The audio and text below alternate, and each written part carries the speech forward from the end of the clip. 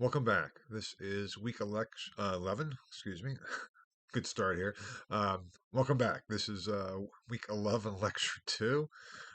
Sorry for that. Week 11, lecture 2, which focuses on Calvin's Institutes of the Christian Religion, which I'll be talking about as we go through this lecture. This follows up on the previous lecture on Calvin in Geneva. So there certainly will be some overlap here, and yet the focus shifts a bit from kind of the political situation that Calvin found himself in Geneva in his attempt to reform the Genevan church to his theological positions as evidenced in his institutes. Now, the prefatory letter to Francis, which I'll be talking a bit more about shortly, Calvin included in the first edition, 1536, and in every other edition thereafter unchanged. And that is one of the readings for this week, which I have posted there, is that prefatory letter. It cannot, as such, replace reading the institutes themselves, but also, as I'll discuss shortly, in the English translation, the 1536 edition is approximately 270 pages, I think it is. The 1559 edition is over 1,200 pages. And I just thought, no, I'm not going to kind of do that to you. Because to really get what Calvin was about, we almost really need to read his 1559 edition, which is 2 volumes, and as I said, over 1,200. And that's a bit too much for a course such as this. It's worth reading, believe me. And it's really is evidence of his brilliance and structure and how he put things together. As I said before, I think even if you don't agree with him about a lot of things, can't doubt the brilliance of his mind. And the institutes rank up there in some ways alongside other great systematic thinkers of the past. Even before Calvin, Thomas Aquinas comes to mind in his Summa Theologica. You might disagree with Thomas, but you can't doubt his brilliance, even though, as I'll also be talking about later today, and I think I've talked about before too, there's a big distinction between Thomas and Thomism, and there is a big distinction between Calvin and Calvinism. I'll be addressing that more towards the end of this lecture. Same for every ism, basically. So that's kind of the perspective. But to begin too, I wanted to give you, I have posted a couple maps on the PowerPoint, just to give you a sense of the region that we're talking about. So if you go to the first map, which is the first slide after the introductory slide, this is a rather modern map, but at least gives you the geographical outlay, so to speak, or layout, not outlay, layout of the geography of where we're talking about. Geneva is down there on the lower left with a little plane there because it has an airport. Just as on the upper right, we have Berlin with an airplane.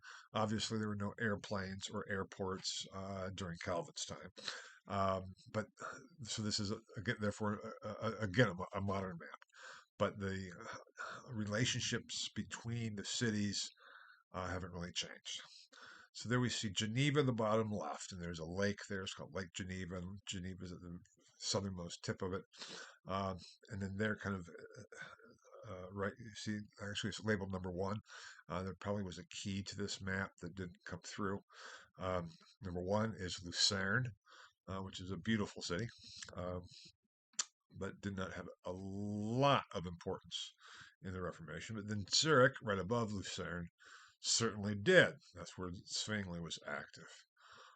Basel, which is not on this map, is a bit to the northwest of Zurich as you're looking at the map facing on. So just you go over a bit, about halfway between Zurich and the border with France, then you go up and there's Basel.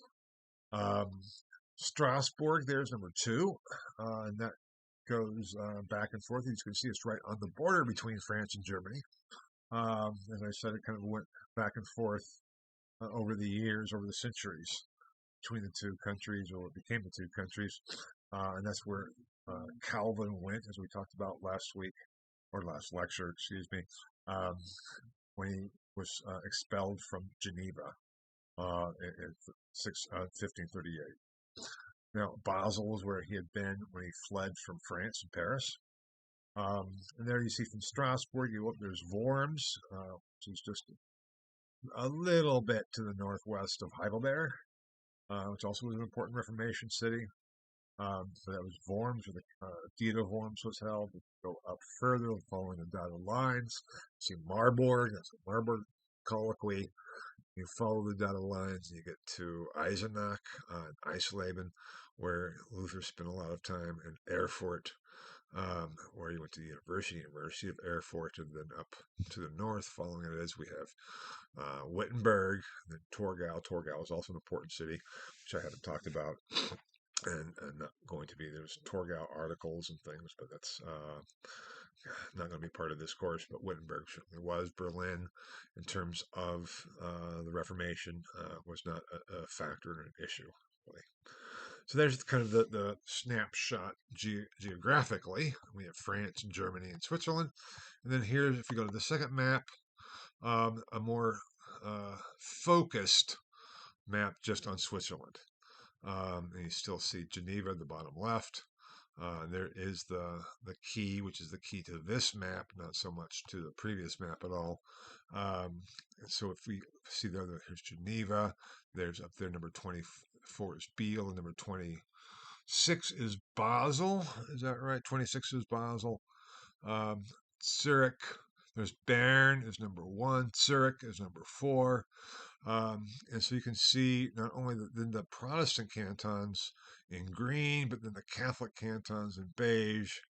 And then the yellow ones are where both Catholicism and Protestantism were allowed, which really was, as we'll see further on in later lectures, such compromises were never really all that satisfactory. So that gives you a more detailed view of Switzerland itself, or what came to be known as Switzerland, the Eidgenossen, the Swiss Confederation, as it was known at the time.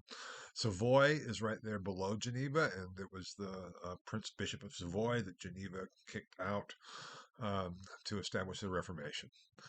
And that's right near Milan, so that's kind of close to the French and Italian border.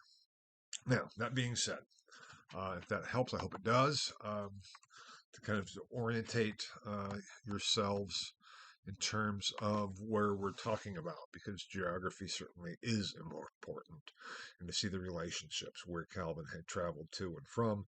Obviously, Paris was not on that map, nor was Nyon, where he was born. But you can then, I think, based on these two maps, if you want to find the relationship to Paris, you can then search for your own map of Europe and easily do that. With Paris and kind of the northwest of France, or the north central France. Anyway, my geography is not very good. That's why I really like maps, actually, because my general geography is okay, but my more specific geography is pretty much lacking.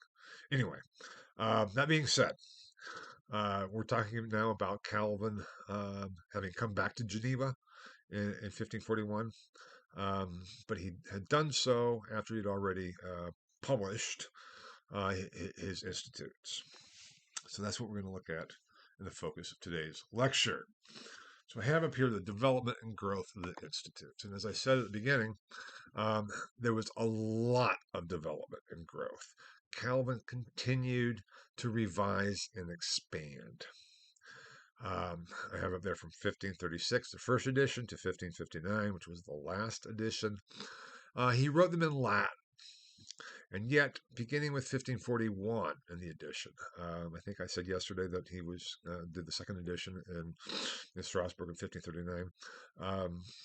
He did, but it wasn't published until 1541. The second edition came out in 1541. And at that time, he also then did a French translation. And so we have his first translation that Calvin himself did, and he included his prefatory letter to Francis in French to that translation. in every subsequent edition in Latin and in French. Um, the prefatory letter was attached, unchanged, except for the translation, of course. Um, and that gives it that sense of continuity, even though the text itself was developing and expanding in many ways, radically so, or certainly substantially so. Um, I mean, it'd be really fun and a great class to say, okay, we're going to read the 1536 edition, then we're going to read the 1559 edition, and compare the two. That'd be a great seminar to have. Um, but obviously, again, that's beyond the scope and the depth of this course. And it would take all semester just to do that, if not more than anyway. But it would be very insightful to see exactly how the progression went with Calvin. But for here and now, I just want you to know that there was this progression, there was this growth, that he's always working on it, even as he's working to establish his ecclesiastical ordinances in Geneva, to reform the church, to make sure the plans are all set and enforced in all his endeavors, as well as preaching constantly and writing biblical commentaries and then teaching at the academy once that was established. Very busy man, but he continued working on his institutes. Now, I also have up there the Institute and Institutes, because it is commonly referred to as the Institutes of the Christian Religion, but Calvin titled the Institute, Institutio Christianae Religionis, Institute of the Christian Religion. Why? What's the difference? Well, there has been actually a fair amount of discussion about the institutes. It actually is a legal term coming from the Digest in medieval Roman law, the institutes. And Calvin, being a lawyer, was very familiar with that term and terminology. It technically means foundation. The institute is that on which something is instituted on, so to speak. It's the primary, basic foundation. And that is what Calvin wanted to get across. Not that there were multiple, so he would use the plural, but there was one. And that was what he was writing. The one foundation for the Christian religion. That was the concept behind it, even though there were multiple parts. The 1559 edition is divided into 4 distinct parts.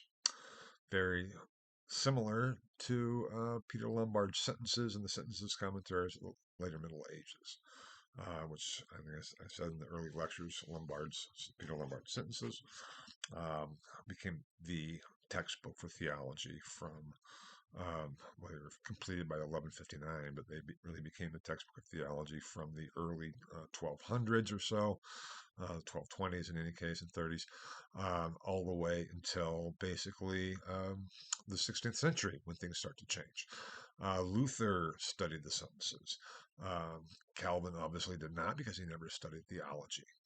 But that too is behind what Calvin was kind of doing. He was offering an alternative to what had been the standard textbook, the foundation in the sentences, to something very new, or at least new when we look at it historically. In Calvin's mind, what he's doing is nothing new at all, but going back to pure doctrine, the pure doctrine of the gospel based on the scriptures. That's how Calvin conceived of his endeavor in his treatise and his text. But we'll see when we get there, too, a bit. Another aspect of it. We turn then to his prefatory letter, which again is one of your readings for this week. It'll become very clear. So if you haven't read it yet, this section of the lecture, this slide anyway, will, I hope, give you an aid to reading it and access to it.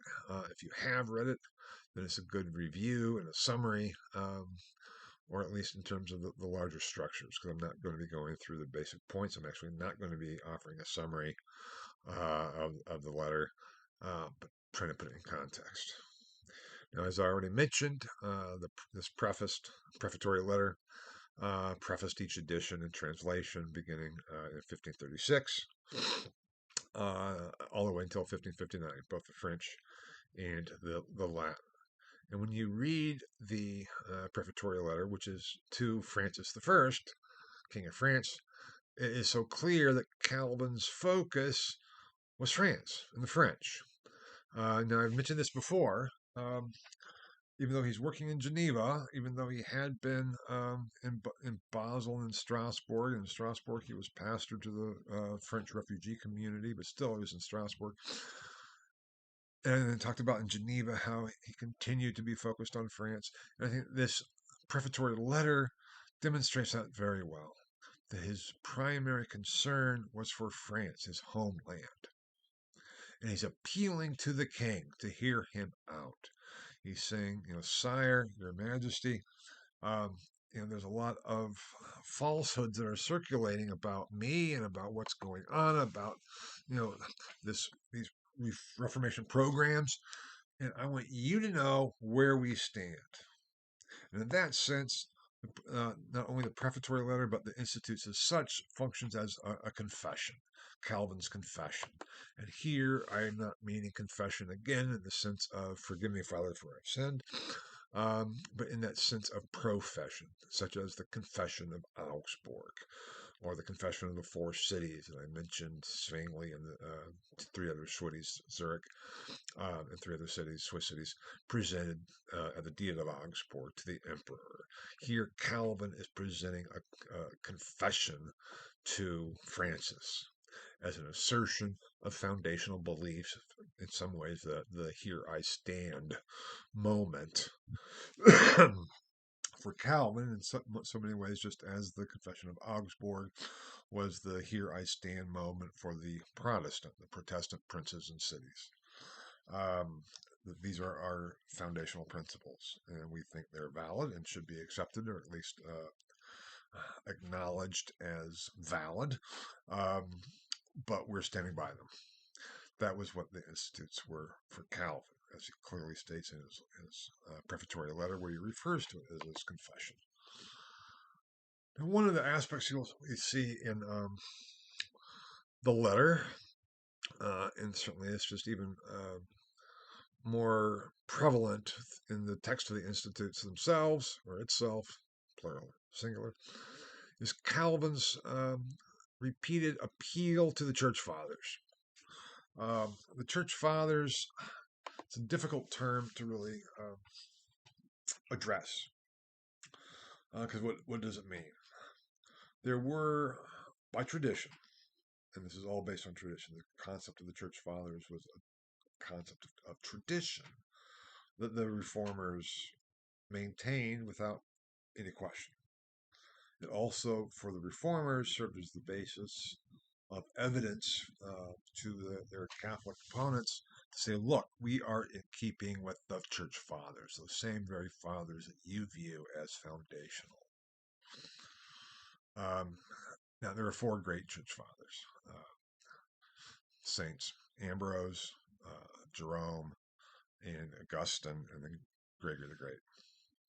Those are seen as the big four. But there is a larger, broader sense of the fathers that include many other figures, also Greek figures. Chrysostomus is often seen as a father.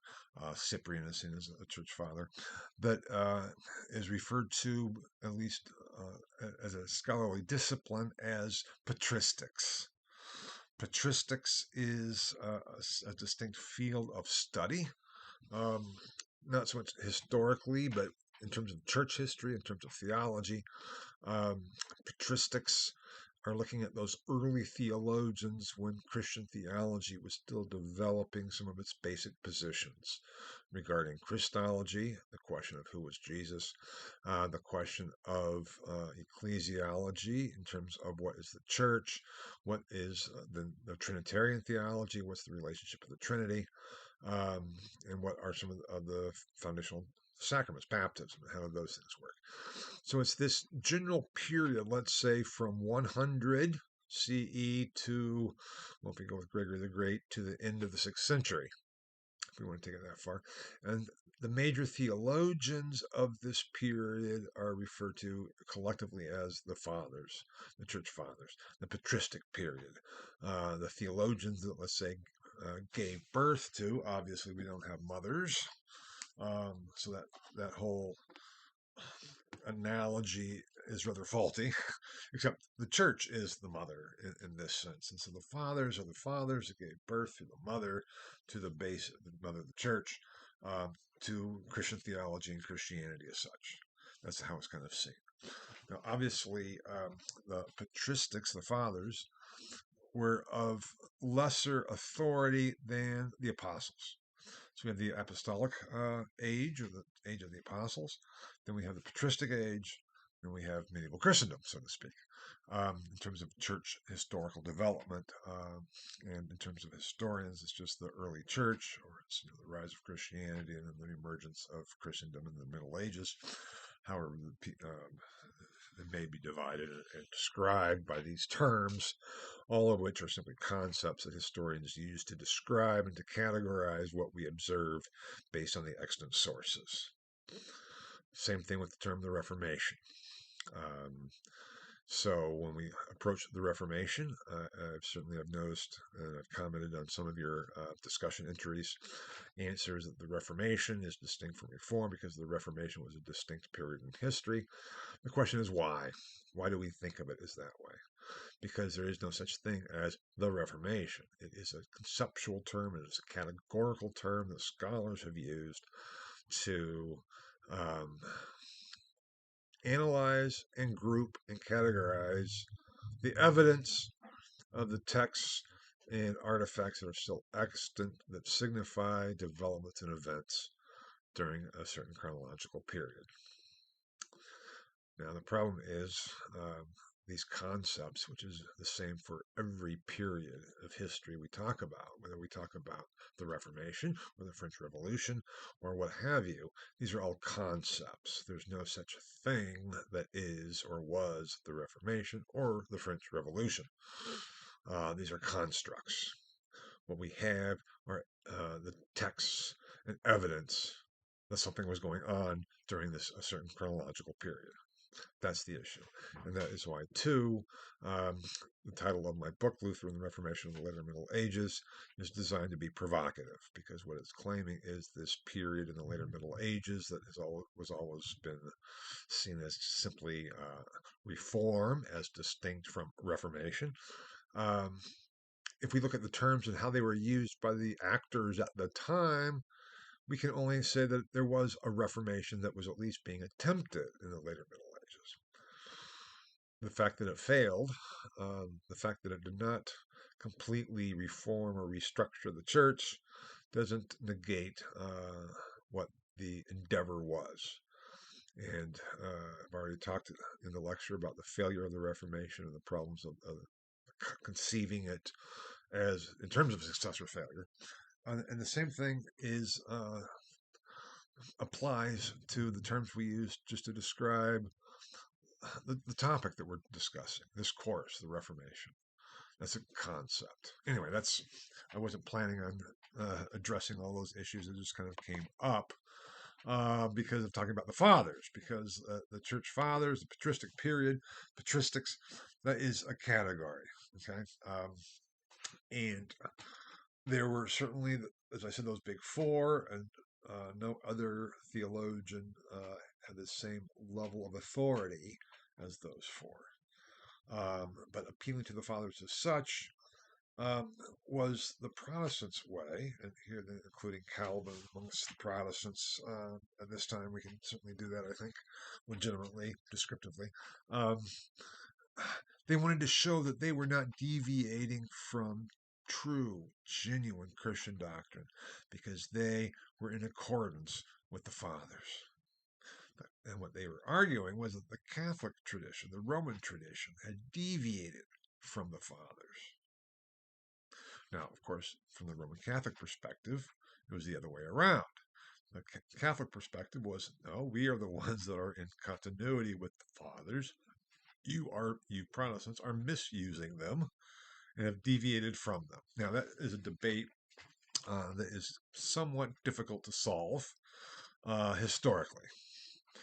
We can solve it theologically, but historically, it would be difficult. Let me see. Okay, how do we determine what the proper interpretation of um, Hilary is? Hilary Poitiers is one of the church fathers. How do we determine that? Do we determine it based on how we interpret it? Is that the proper interpretation? Or is the Catholic interpretation, or one part of the Catholic interpretation? Because there's no single Catholic interpretation. There hadn't been, and there wasn't until we begin to get that with the Council of Trent, which we'll be talking about in a week or so, 2 weeks, in terms of the Counter Reformation or the Catholic Reformation. Then, let's say, Roman Catholic doctrine becomes much more not unified, but more, what's the term? A singular focus in any case. But we'll address that when we get there. But at this point, you can't say that, that one theologian is Catholic and the other is not. Now, if a theologian is condemned, we can say there are certain um, positions or theses that are condemned. But that's not saying that the theologian as such is condemned, and often a condemned theologian becomes very much accepted later on. And just one example, one of the church fathers, one of the Greek church fathers, Origen. Origen was condemned as heretical.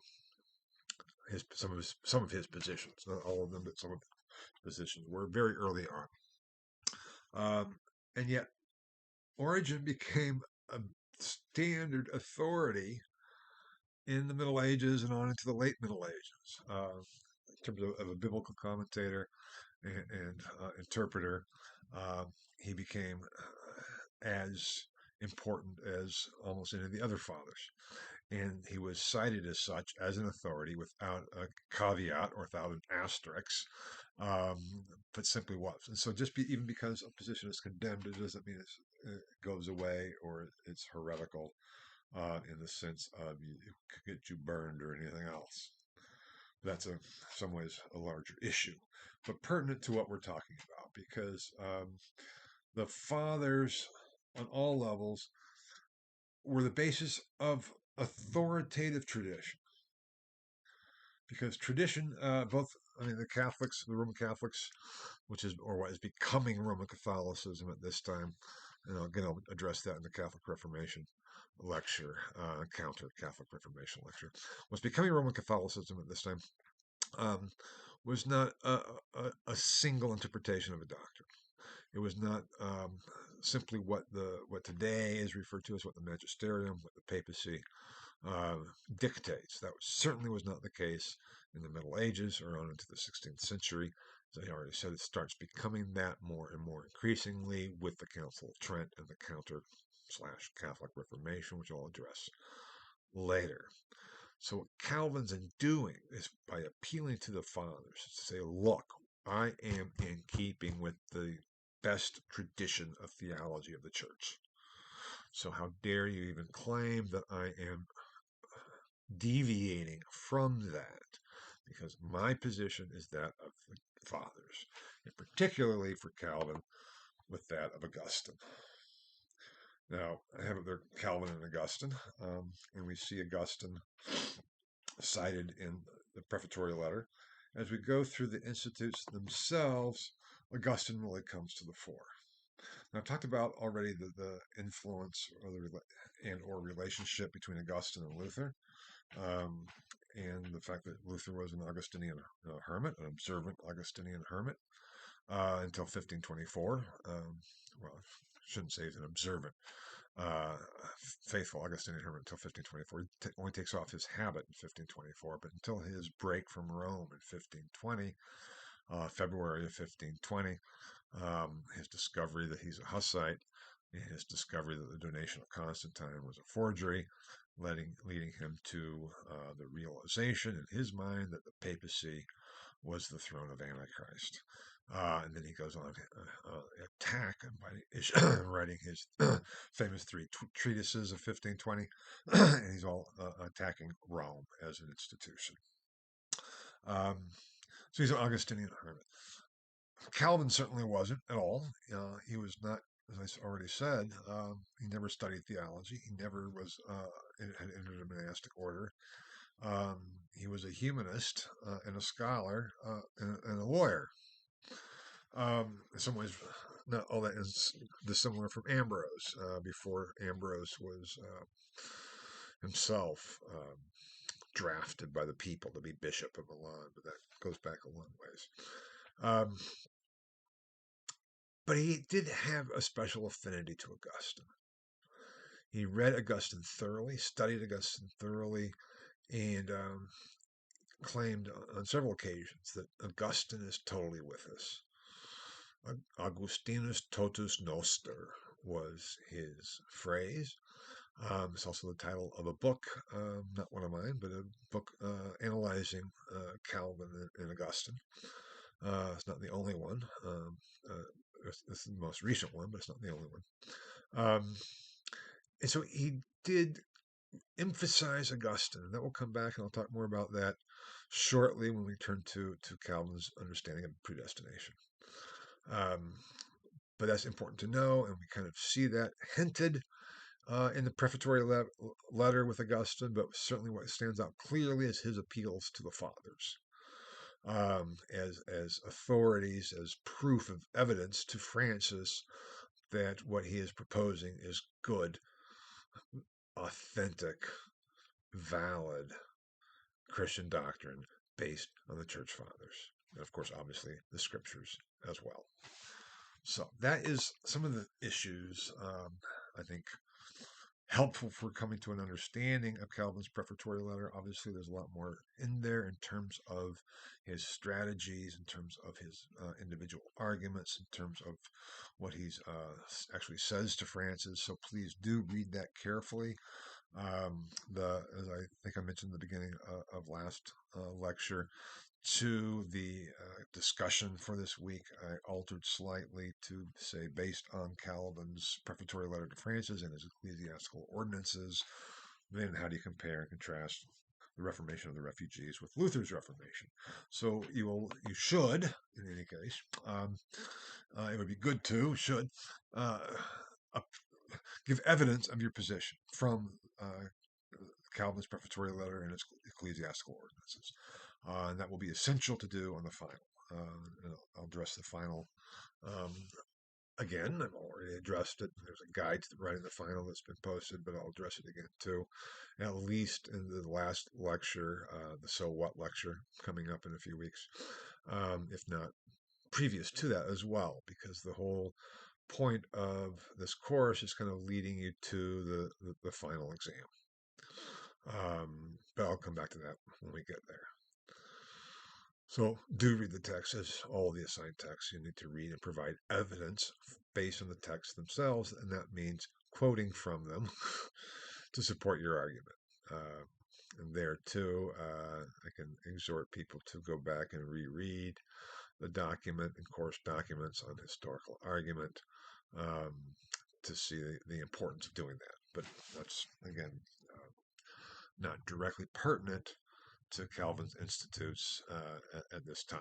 Anyway, so that being said, here we go along and get to the nitty gritty, to the basic principles of Calvin's great work, his Institutes. Here I have 5 points.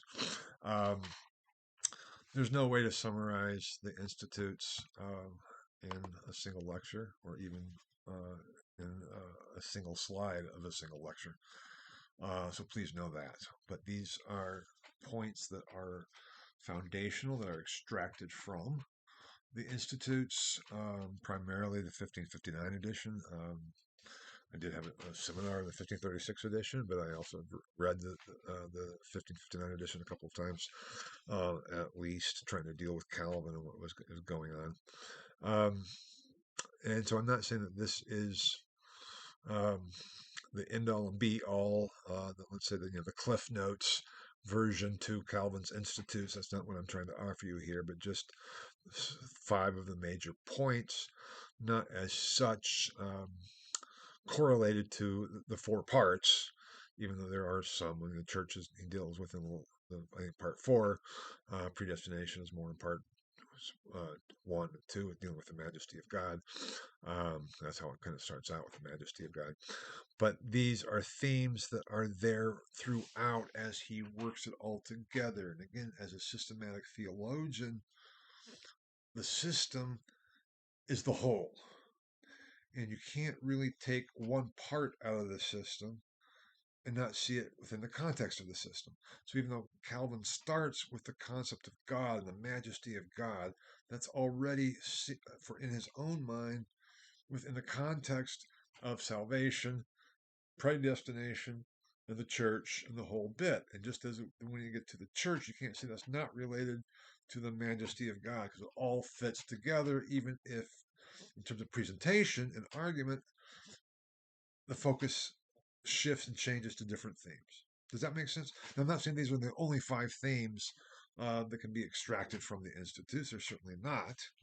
But I think they are 5 major ones that I think most Calvin scholars would agree. But that is certainly my asserting that. We can go from there. Okay. Now, so the majesty of God. It has been said that Luther's favorite Christian holiday was Christmas, because Christmas celebrates the incarnation, God coming to us. Calvin's favorite church holiday was Easter, the Ascension, the resurrection and ascension, Christ in glory. Now, in some ways, that little distinction goes a long way toward encapsulating the differences between Luther and Calvin. For Luther, he's very much involved with the incarnation, Christ coming to us where we are, even sitting on the toilet.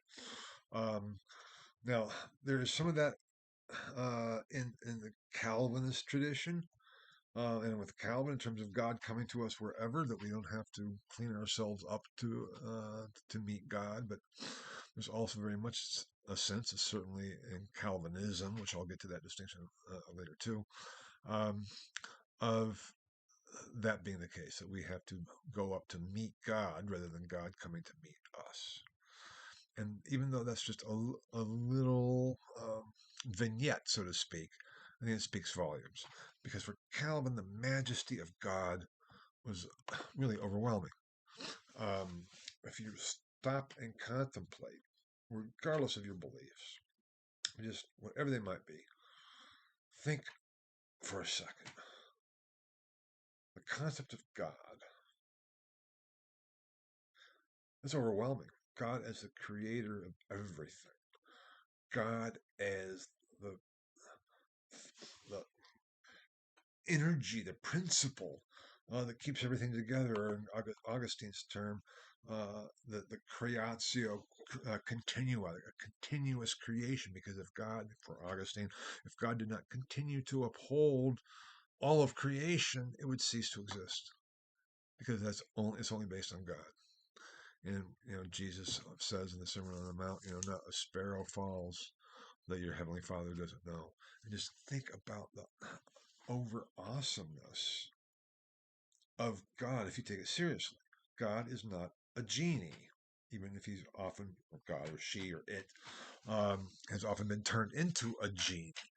Oh, help me, God, get out of this, please. Help me find a parking space. Help me win the game. Help me do this. Help me do this. We hope that if we just rub the bottle hard enough and pray hard enough, God will come and do what we want God to do. That is almost the inverse of Calvin's conception of God.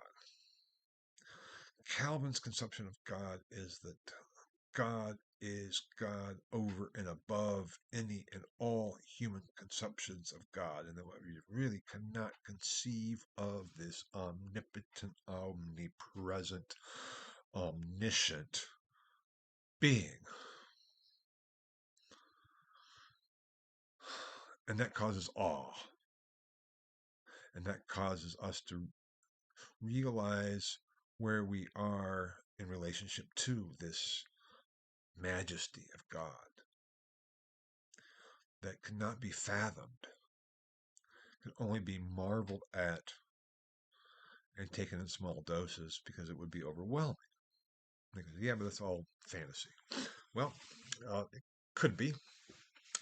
Um, but what I'm trying to get at here is that question of the God above God, God above human conceptions of God, which um, Calvin certainly was aware of that distinction, that God is more than, extra than. And there's a whole thing called the extra dimension in Calvin's theology. God is, yes, a personal God, but also more than that. And it's that more than, that realization of, oh my God, God is God, makes us shake in our boots. If we just imagine that being reality. It's ungraspable and unfathomable. And that was Calvin's understanding of God and of God's majesty. And the task of humans is to somehow grasp little pieces of that majesty and to promote that majesty and to develop that majesty. And that's where it all starts from, the majesty of God. But it's there as a theme throughout the institutes, and it's on the basis of the majesty of God that Calvin advocated for his understanding of predestination. Now, predestination is a difficult concept to deal with because so often it is conceived of as necessitarianism.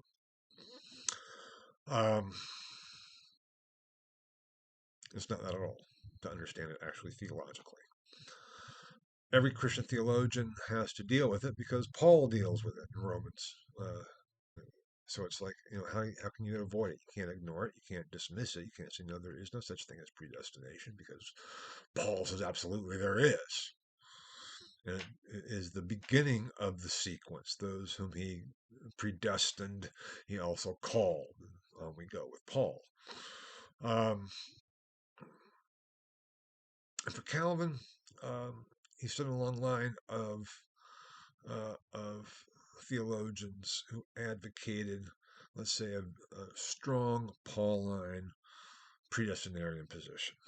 Augustine is one of the first. Where for Augustine, God has predestined everything, all humans, before even or the moment of creation. In any case, for Augustine, the two cities he talks about in his City of God, the City of God and the earthly city, the city of the devil, was there from the beginning when God said, let there be light, and then separated the light from the darkness. That's the origins for one level with Augustine. Now, a couple of issues here is problematic, because theologians' problems of dealing with Augustine's view and with Paul's view and with the concept of predestination as such. In some ways, predestination, in some ways, is not all that different from the classical Greek understanding of fate. Fate was that which determined how you would live and what you would end up being and doing, and you could not escape your fate. You could try. That's where the Sophocles' Oedipus cycles show that the Oedipus stories were predated Sophocles. So the Oedipus stories demonstrate that even if you are doing your very best with the very best intent to escape your fate, you cannot do so. And it's not based on what you've done, it's simply your fate. Now, in some ways, predestination is somewhat like that, but the issue is humans have so often interpreted it as my future is already determined. And it's a determinism. If I am predestined that I'm to either be in heaven or hell, why should I even try? What's the issue? That was a problem that Pelagius had. He said because Augustine's view, he said, undermined responsibility, undermined morality, because it undermined merit. And the whole point was to merit salvation. many, if not most, Christian theologians didn't have a big problem as such with some of the basic uh, principles behind Augustine's understanding of original sin, or then further developments from that. The idea that in the fall, all of humanity fell. I mean, Pelagius did not accept that, but um, and so that we're all deserving of death, and we're all deserving of hell because we're born in sin. Um, and so, in some way, that was the point of departure. That if everyone goes to hell, that is just because we have contravened God's commandments. We've all sinned. We all, for Augustine, are in a state of sin. Then the idea was, from that, in Augustine's view, that massive perdition, God in his mercy, using the male pronoun here because Augustine did, in God's mercy, saved a few, at least a few relative to the mass of the damned. So predestination was seen as that saving of the few, also known as the elect, um, going back to Paul's terms. Um, those whom he has predestined, he's also called. Those whom he called, he's also justified. And on it goes. Calvin said, but you know what? That really entails if God chose to save, let's say Joe, Steve, and William, and then also Elizabeth, Mary, and Jane, but did not choose John or Frederick or um, Kathy. That's the same as actively predestining those later three. Was it Fred, or whoever it was I just mentioned, Kathy? That's the same as actively predestining them to hell, at least in the traditional sense of everyone is worthy of hell because of original sin and our being in the state of sin, that we can't be without sin, we can't be perfect, therefore we're worthy of hell. Um, in some ways, that's all our own damn fault. And the swear word damned intended there because it really means it's our fault that is then a fault that is damning. And so we can't really complain. God had given Adam and Eve a choice. The rest of us don't really have one, which kind of may not seem very fair. Um, but I think there would be very few individuals who would claim that they're perfect. And as Augustine, through the tradition as such, argued, anyone who would claim to be perfect without sin obviously had the sin of pride, and so therefore was a sinner. Anyway, Calvin looked at this and said, you know what? That's logically inconsistent.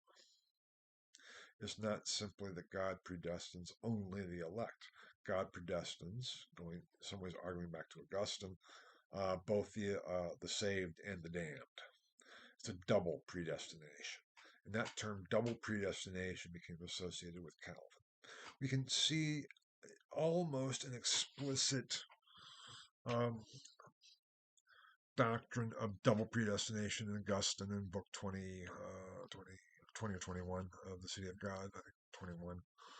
Yeah, because 21 deals with the damned and 22 with the saved. Um, he comes very close to it. But with Calvin, it's explicit. There's a double predestination. Now, the thing with Calvin, for both though, and for many other, for Augustine as well, Luther, in so many ways as well, predestination is not based on foreknowledge.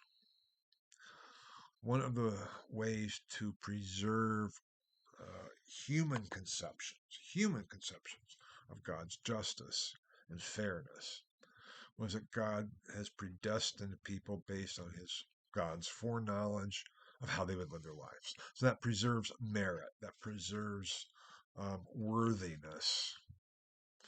And especially in the later Middle Ages, there were strands of factions of theologians who argued that predestination was based on our foreknowledge. It still was based on grace, but God would give us, first grace and then see what we do with it. And then based on his foreknowledge of what we would do with it, would then predestine to heaven or hell. Anyway, the point for Augustine and for Luther and for Calvin and others too, the late medieval Augustinians, in many ways as such, certainly for Jordan, Gregory of Rimini, Alphonsus Vargas, and I can reel off a list. Predestination is not based on foreknowledge whatsoever, nor is it based on temporality.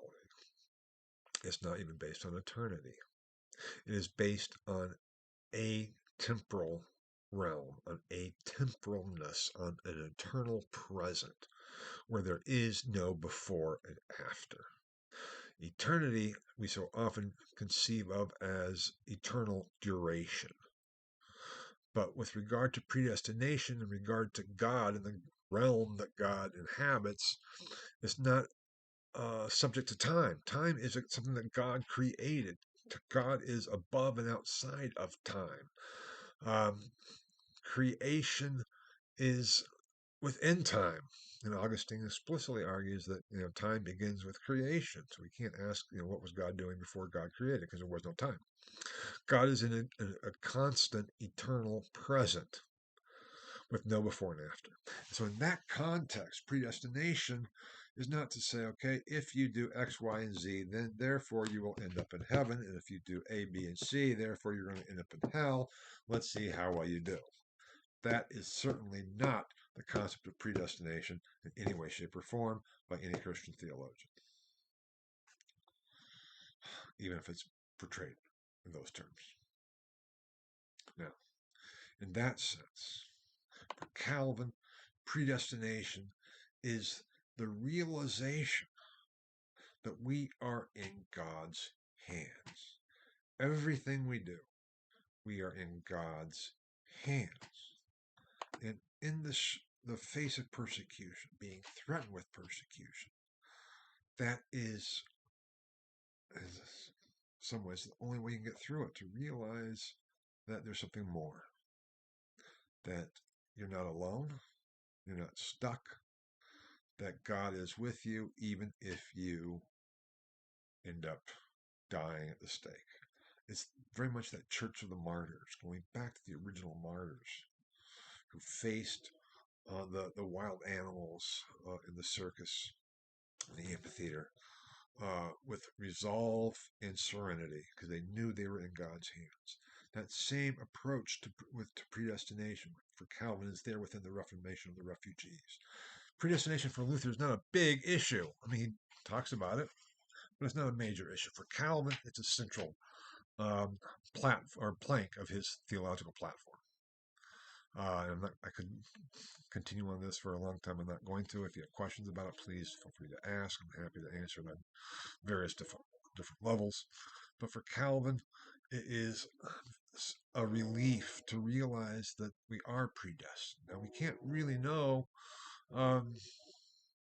whether we're predestined for heaven or hell. That was Augustine's point.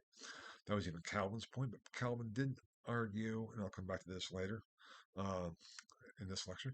Calvin did argue that we can look back on our lives and see that God has been there preserving us all along. We can't look forward to say, and then therefore God will preserve us here and here and here. Now that was the change in Calvinism. I'll get to that when I get there. But for Calvin, there can be marks of your predestination, but you cannot really know because you can't look forward.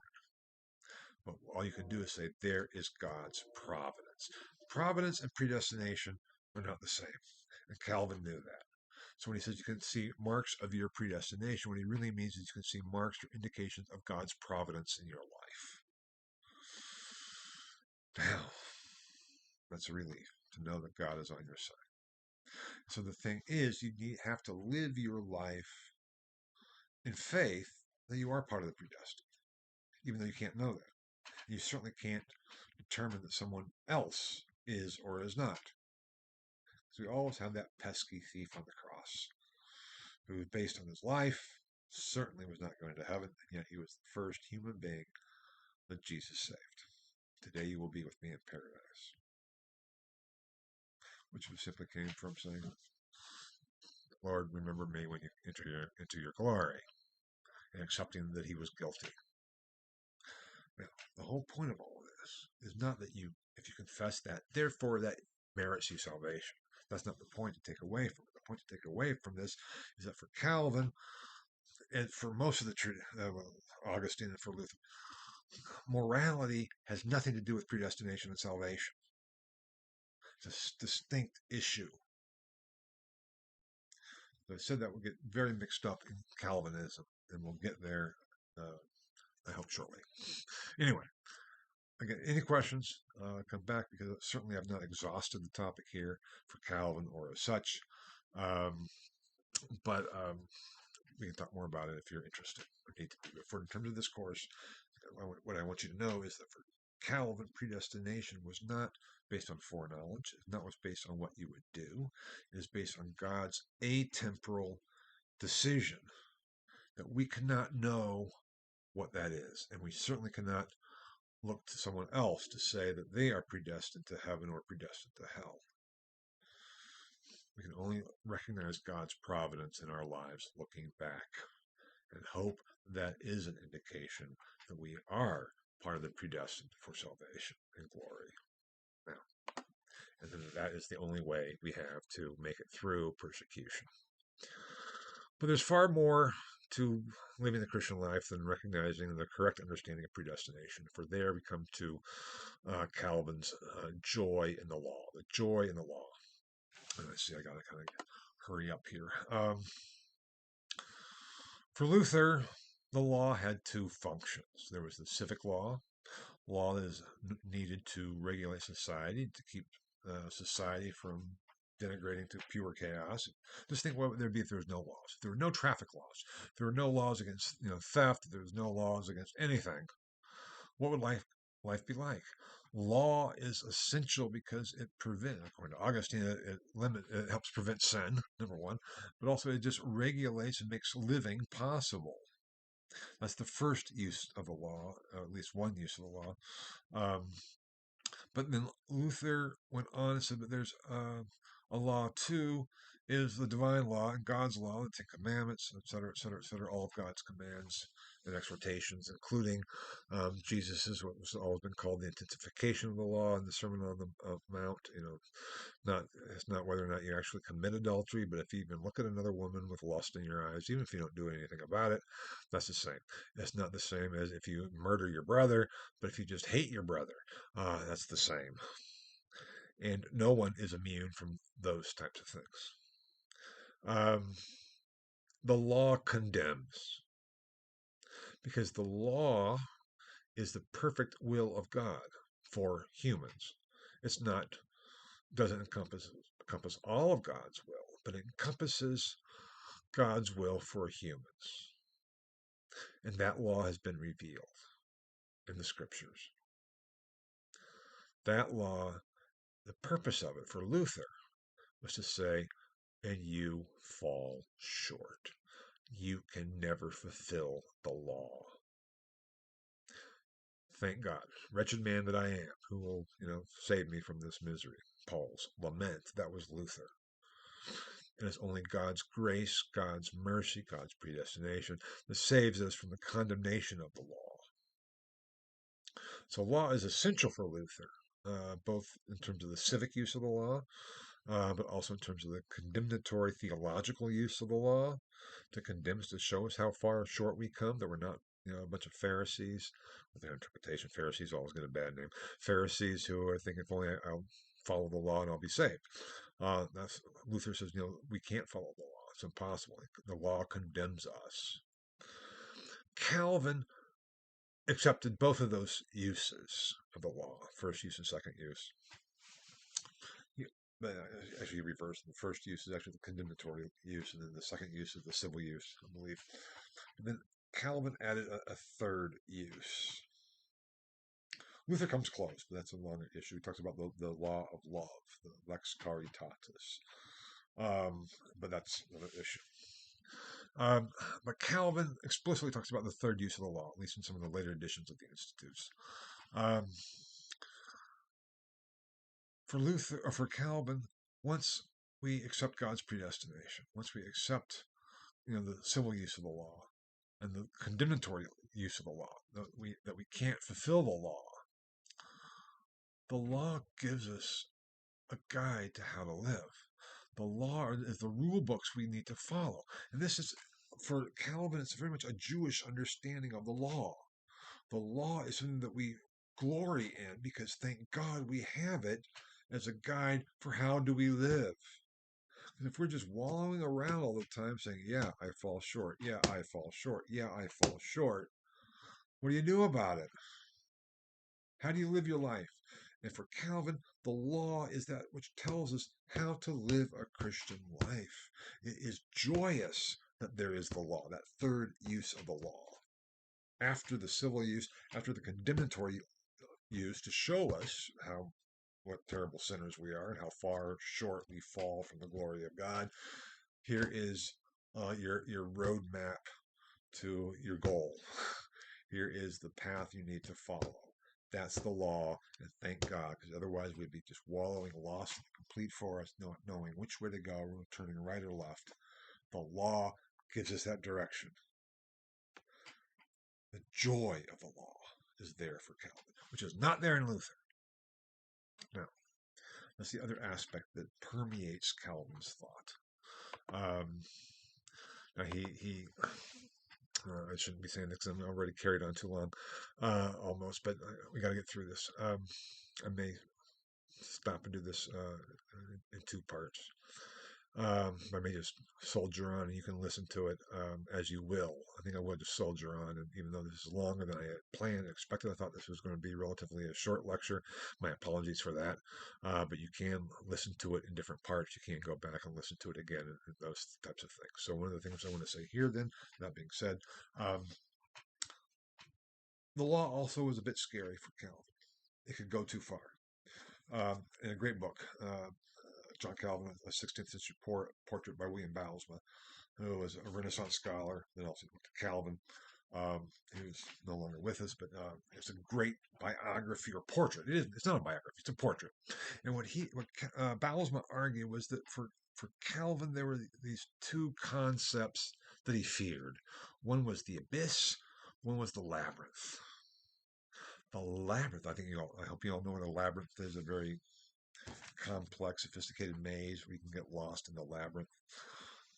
The law could become labyrinthine and strangle us. There could be over-regulation. There could be over-legalism that would strangle us, squeeze the life right out of us. That Calvin feared. But he feared even more the abyss. The abyss is this chasm into nothingness. That is lawlessness. So it's how to balance living between the abyss and the labyrinth, because you don't want to fall into either. But for Calvin, the labyrinth was a better bet than the abyss. Because once you fall into the abyss, you can't ever get out. The labyrinth, you might have a chance. Even if you get too close, you might the abyss might get sucked into you and you're gone forever. So he tended toward the side of the labyrinth, even though he feared the labyrinth as much, not maybe as much, but almost as much as he feared the abyss. But that is the side that Calvin did recognize, that law is not just the joy in the law, but also it could go too far. And I think a lot of people would say, especially today, that in Geneva, Calvin himself took it far, far too far. But that's another issue, and we'll get there maybe in time. Well, actually, we will get there in time if I continue this. That's the joy of the law for Calvin, and one of the major themes permeating his aspect, his institutes. Then we come to the Eucharist. One of the marks of the church was the correct celebration of the sacraments. And I think I've referred to Calvin's Eucharistic theology before. It is somewhat odd. We have the Catholic view, the traditional medieval Catholic view that continued and still continues, more or less, and that is that the elements of bread and wine at the moment of elevation are transubstantiated into the actual physical body and blood of Christ. Luther's view is what's called consubstantiation, whereby the phrase is in, with, and under the elements of bread and wine, when received in faith, is the true physical body and blood of Christ. That was the issue with Zwingli. Zwingli said, no, Martin, think about what you're saying. You're saying that we eat Christ's body, and basically Luther said, yes, I gnaw on the flesh of my Redeemer, and I drink his blood. And Zwingli is like, blech, that's almost cannibalistic. Don't you realize that? No, Martin. What this is my body means symbolizes, stands for, signifies. And for Zwingli, there was no connection between the bread and the wine and Christ's body and blood. Call it the sacrament because it's the Last Supper. Was Christ's body broken for us? Yes, on the cross. Did he shed his blood? Yes. The bread and the wine is simply a commemorative meal of Christ's original sacrifice. It's not repeated. Symbolizes, stands for. Karl Stott, I think I mentioned, had a very unique one because he said that it doesn't mean is. Is means is, literally is, but what he's referring to is his own body. Even though he's holding up the bread and breaking the bread and says, this is my body, he's actually referring to himself. This is my body that will be broken for you. This is my blood that will be broken. He's not referring to the elements at all. Zwingli was a sense of, yes, there's not a connection with the elements, but still it's in that communal meal for Zwingli that Christ is present. There's a real presence of Christ for Zwingli in the communal meal itself. Where 2 or 3 are gathered, there will I be also, so said Jesus. And in that communal sharing of a common meal, to remember the Last Supper, Christ's passion and resurrection, Christ will be present spiritually. Now, those are 3 or 4 odd positions. Calvin's was yet distinct. Calvin's view was this. In the Eucharist, in partaking of the elements of bread and wine, we are spiritually elevated to heaven and sit at the table of the Lamb, where the Lamb, Jesus, feeds us himself. So there is a real, true presence for Calvin. It's not really so much to do with the elements, but it is to do with us being elevated spiritually into heaven to be fed by, served by Jesus in his glory, really physically present. So, I'm not going to emphasize that. I mean, one of the questions I had to answer in my undergraduate degree honors program in history, we had both I had a 4-hour exam and honors thesis to write. And one of the questions I had to write on in the exam was to compare and contrast the Eucharistic theologies of Luther, Zwingli, and Calvin. That stuck with me, actually. But it's also further developed from my further reading and studying of Calvin himself. So that's what we're kind of getting at. And so what I want you to know about that is that for Calvin, the Eucharist is central because it's where we meet Christ spiritually in heaven. And that says a lot about his theology. I think I said before, starting out, that Luther, his favorite holiday was Christmas, the Incarnation, God coming to us. For Calvin, it is Easter, the ascended Christ in glory. And what happens in the Eucharist is not God coming to us as it was for Luther. It is us going to God, celebrating at the foot of the Lamb. So that is what that part is about. And then the church. I already kind of dealt with the church in the previous lecture, and the marks of the church. For Calvin, that was central that we get it all correct, that the marks of the church are there, the pure preaching of the gospel, the correct administration of the sacraments, and discipline. Now, the discipline could potentially veer towards the labyrinth. That was the problem. But that would have to go a pretty long way for Calvin. Calvin was very much on discipline, which was part of recognizing the joy in the law, even if most Genevans didn't see it that way. Now, those are the 5 major themes I've extracted based on my reading of the text for Calvin's Institutes. I would encourage you to read the text on your own, not until this course is over, because you have enough reading to do, enough work to do between now and the end of the course on May 5th. You don't, unless you have a lot of time on your hands, then go ahead and read the Institutes right now. But otherwise, wait until the course is over. But do read the preface, Calvin's preface to Francis, and the ecclesiastical ordinances, and maybe listen to this lecture a second time or whatever you might need to. But we do have one last slide here, foundational text for world Calvinism. The impact of Calvinism, and therefore the impact of the Reformation of the refugees on the development of the West, if not the world, had a far greater impact than did Luther and Lutheranism, or any other of the ones. Maybe could be argued, but I think Calvinism stands out. I already mentioned that today was called the Reformed tradition, or Christian Reformed tradition, Dutch Reformed tradition here in this country, but also overseas. Stems from Calvinism. Presbyterianism is from Calvin and Calvinism, and it is worldwide a major issue. I've also made the distinction between Calvin and Calvinism.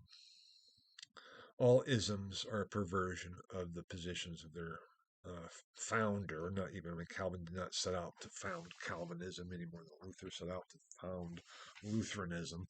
But what became of their teachings in the later development, their appeal to these individuals who were brilliant, insightful individuals, becomes something less. I think I've said that every ism is basically the creation of 19th century German scholars, and that I would say is the case.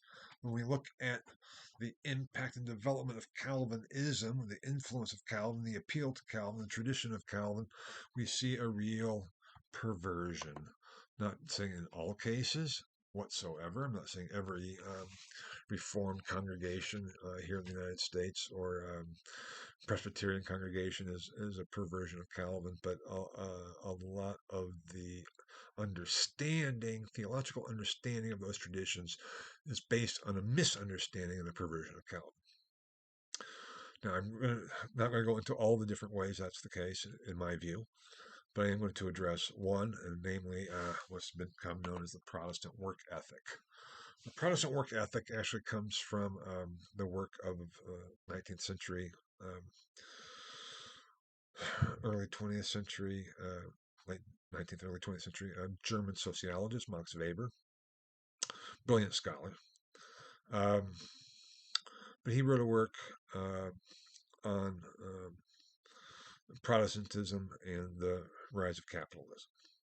And he distinguished between Lutheranism and Calvinism as follows. He said that Lutheranism was based on an inner worldly asceticism. An inner worldly asceticism based on the individual, and an extra worldly asceticism based on heaven or hell. Whereas Calvinism was based on a this worldly asceticism. Because it went like this. I already referred to Marx of predestination. For Calvin, you can't look forward. What became almost a staple of Calvinism as it develops after Calvin is something like the follows. Predestination, absolutely. We want to know whether we're predestined or not. Well, we can't really tell, but we can have indications or marks of our predestination. Now, let's see. If I'm part of the predestined, I'm going to do good things. If I'm part of the predestined, I'm going to be successful. Why would God predestined degenerate lowlife who is unemployed and immoral and everything else and dirty. They don't have to be that way. We have a choice. Now we need God's grace to be able to accomplish those things. So therefore, the more we accomplish, obviously, the more grace we have received. The more grace we have received is more of an indication of being predestined. So the harder we work and the more successful we become is more evidence for our predestination. So we have to work for it. We have to be good. We have to follow the law. We have to be moral. We have to be upright. We have to be successful. We have to be wealthy.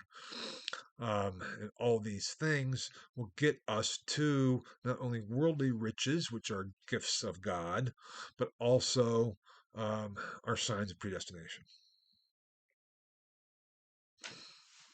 That is complete perversion of Calvinism, setting Calvin on his head. He'd be rolling in his grave. I'm sure he is.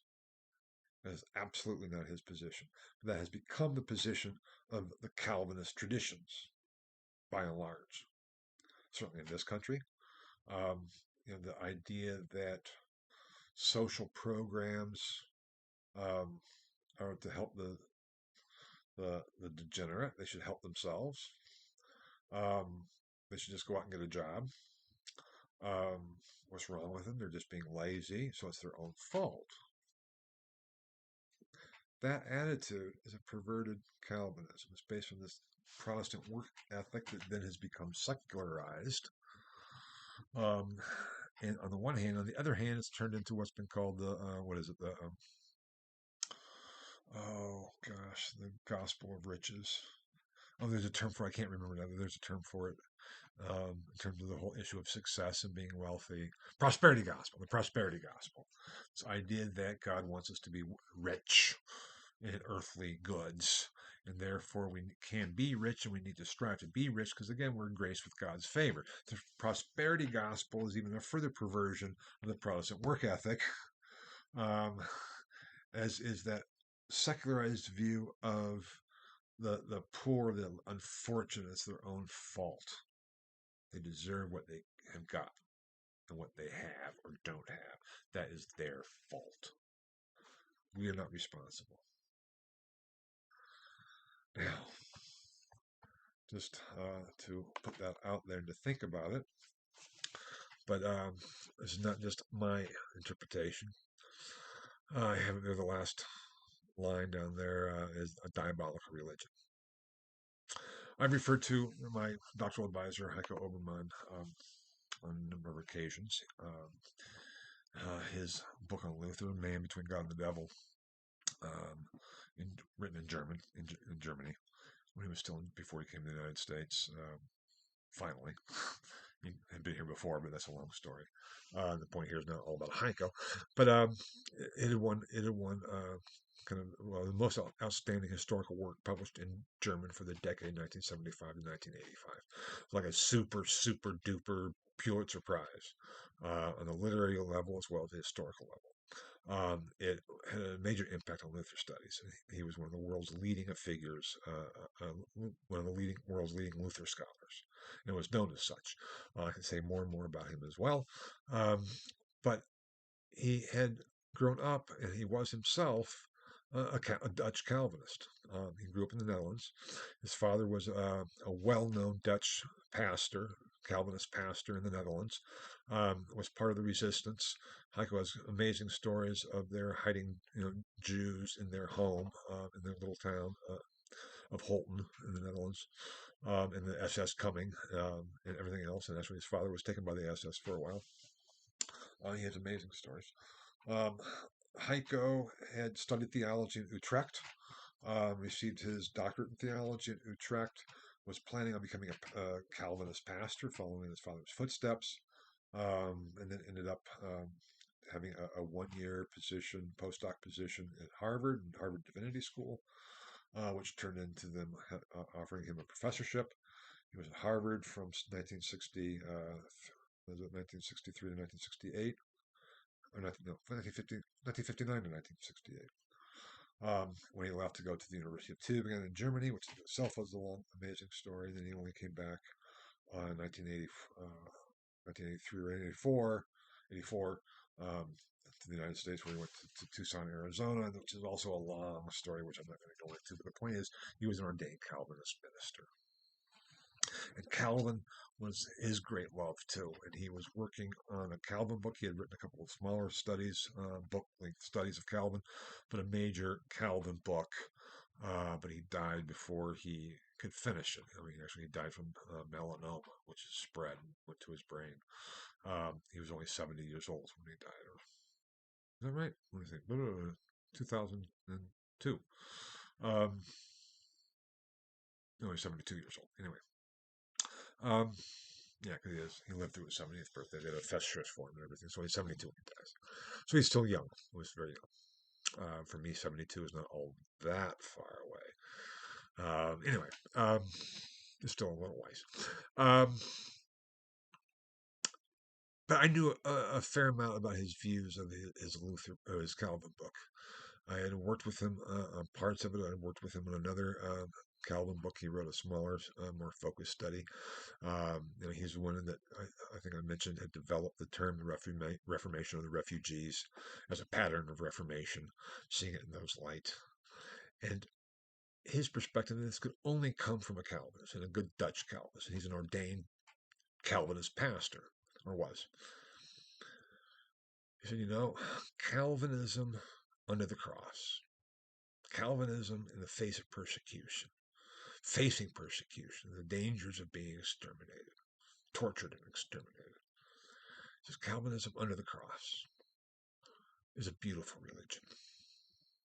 But when it becomes the established religion, he says, as it did in the 17th century in the Netherlands. Now, he was Dutch.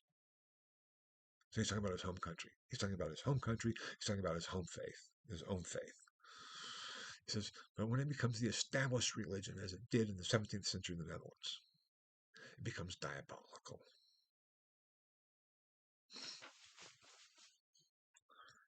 And what does he mean by that? Heiko meant, in some ways, I mean, he didn't put it explicitly like this, that when Calvinism becomes an established religion of a state, and throughout this course, all this course, until relatively recent times, the concept of state and religion being separate were absolutely the furthest things from it. It was not even conceivable. But we'll talk more about that later. So the idea of a state church, that's a whole process. But the whole concept of medieval Christendom was really a church state. Not if you ask the emperor necessarily, but certainly if you ask the Pope. Whereas in early modern, as a result of the Reformation, we have then state churches. It just kind of flips. Once you have it legalized and institutionalized and enforced, it is very near the labyrinth, if not the labyrinth itself, which Calvin saw as diabolical, which Calvin saw as the danger, even if it was less to be feared than the abyss. It still was to be feared as evil. That was Heiko's take on it. And only, as I said, a Dutch Calvinist, a good Dutch Calvinist, could make that kind of a statement. It's that perspective that I want you to grasp in terms of the perversion of Calvinism that I was talking about and the impact of the Calvinist tradition that in some ways flipped Calvin on his head. And to get back at understanding Calvin is extremely difficult, especially for a Calvinist. Now, that being said, we will see some of the impacts, other impacts of Calvinism next week when we talk about the English Reformation. Because Calvinism was the basis for what became known as the Puritans and Puritanism. And that's for the lecture next week. Thank you so much, and thank you for your patience. A little bit longer than I had planned or hoped, but we made it, survived. We'll go on until week 12 next week. Thank you so much. Bye bye.